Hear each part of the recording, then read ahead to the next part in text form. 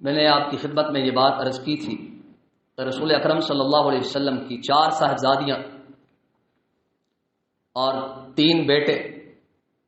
عبداللہ، قاسم، ابراہیم، آپ علیہ الصلاۃ والسلام نے بیٹیوں کی پرورش پر خوشخبری بھی سنائی، بیٹیوں کی کفالت پر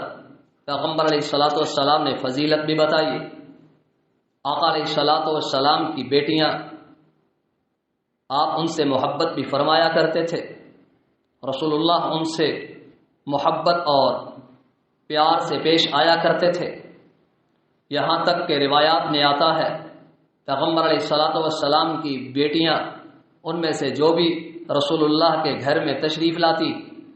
آقا علیہ الصلاۃ والسلام اٹھ کر اس کا استقبال فرماتے۔ اپنی بیٹی کے آنے پر بیٹی کا استقبال کرنا یہ پیغمبر کی سنت ہے۔ بیٹی گھر پر آئے تو بیٹی کو خوش ہو کر ملو، اس سے محبت کرو، یہ میرے پیغمبر کی سنت ہے، پیغمبر کا طریقہ ہے۔ اسی لیے رسول اللہ نے فرمایا، بیٹیوں سے محبت کی وجہ سے رسول اللہ نے فرمایا کہ میری امت کا جو شخص، جو فرد مسلمان کلمہ گو ایمان والا 2 بیٹیوں کی پرورش کرتا ہے تو رب تعالی اس بندے کو کل قیامت کے دن جو 2 بیٹیوں کی پرورش کرے گا، پرورش کے بعد اچھی جگہ پر ان کا نکاح کرے گا،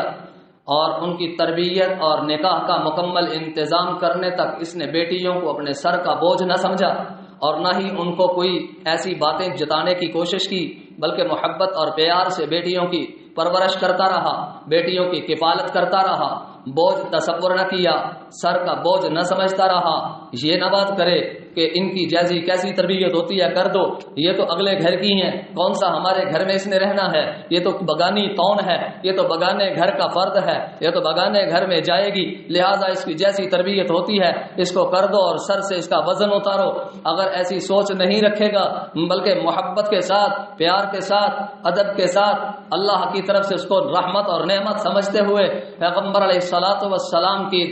فضیلت بیان کردہ فضیلت کو حاصل کرنے کی نیت کے ساتھ، اللہ کو راضی کرنے کی نیت کے ساتھ اچھی تربیت کرتا ہے، اچھی پرورش کرتا ہے، پیار اور محبت کے ساتھ اس کو پالتا ہے، پھر پالنے کے بعد اس کو بڑے ہونے کے بعد پڑھاتا بھی ہے، پڑھانے کے بعد اس کو اچھی جگہ پر نکاح بھی اس کا کر دیتا ہے، کسی نیک بندے کے ساتھ، کسی نیک سیرت کے ساتھ، کسی موحد کے ساتھ، کسی توحید والے کے ساتھ، کسی کلمہ گو کے ساتھ، کسی کلمہ پڑھنے والے کے ساتھ، ایمان کی چھتری کے نیچے آنے والے کے ساتھ اگر نکاح کر دیتا ہے تو میرے پیغمبر علیہ السلام نے فرمایا ایسے شخص کو خوشخبری میری طرف سے ہو، ایسا شخص میری طرف سے بشارت سن لے، ایسا شخص میری طرف سے خوشخبری سن لے جس نے اپنی بیٹی کے ساتھ اچھا بہیو کیا، اچھی تربیت کی اور اچھی تعلیم دی، تعلیم دینے کے بعد اچھی جگہ پہ اس کا نکاح کر دیا، مومن کے ساتھ، ایمان والے کے ساتھ، کلمے والے کے ساتھ، توحید والے کے ساتھ، مال و دولت کی بنیاد پر نہیں اور جناب ایک خانہ داری کی بنیاد پر نہیں اور نہ ہی حسب و نسب کی بنیاد پر، بلکہ ایمان کی بنیاد پر، کلمے کی بنیاد پر، تربیت کی بنیاد پر، اعمال حسنہ کی بنیاد پر نیک سیرت، نیک لڑکا،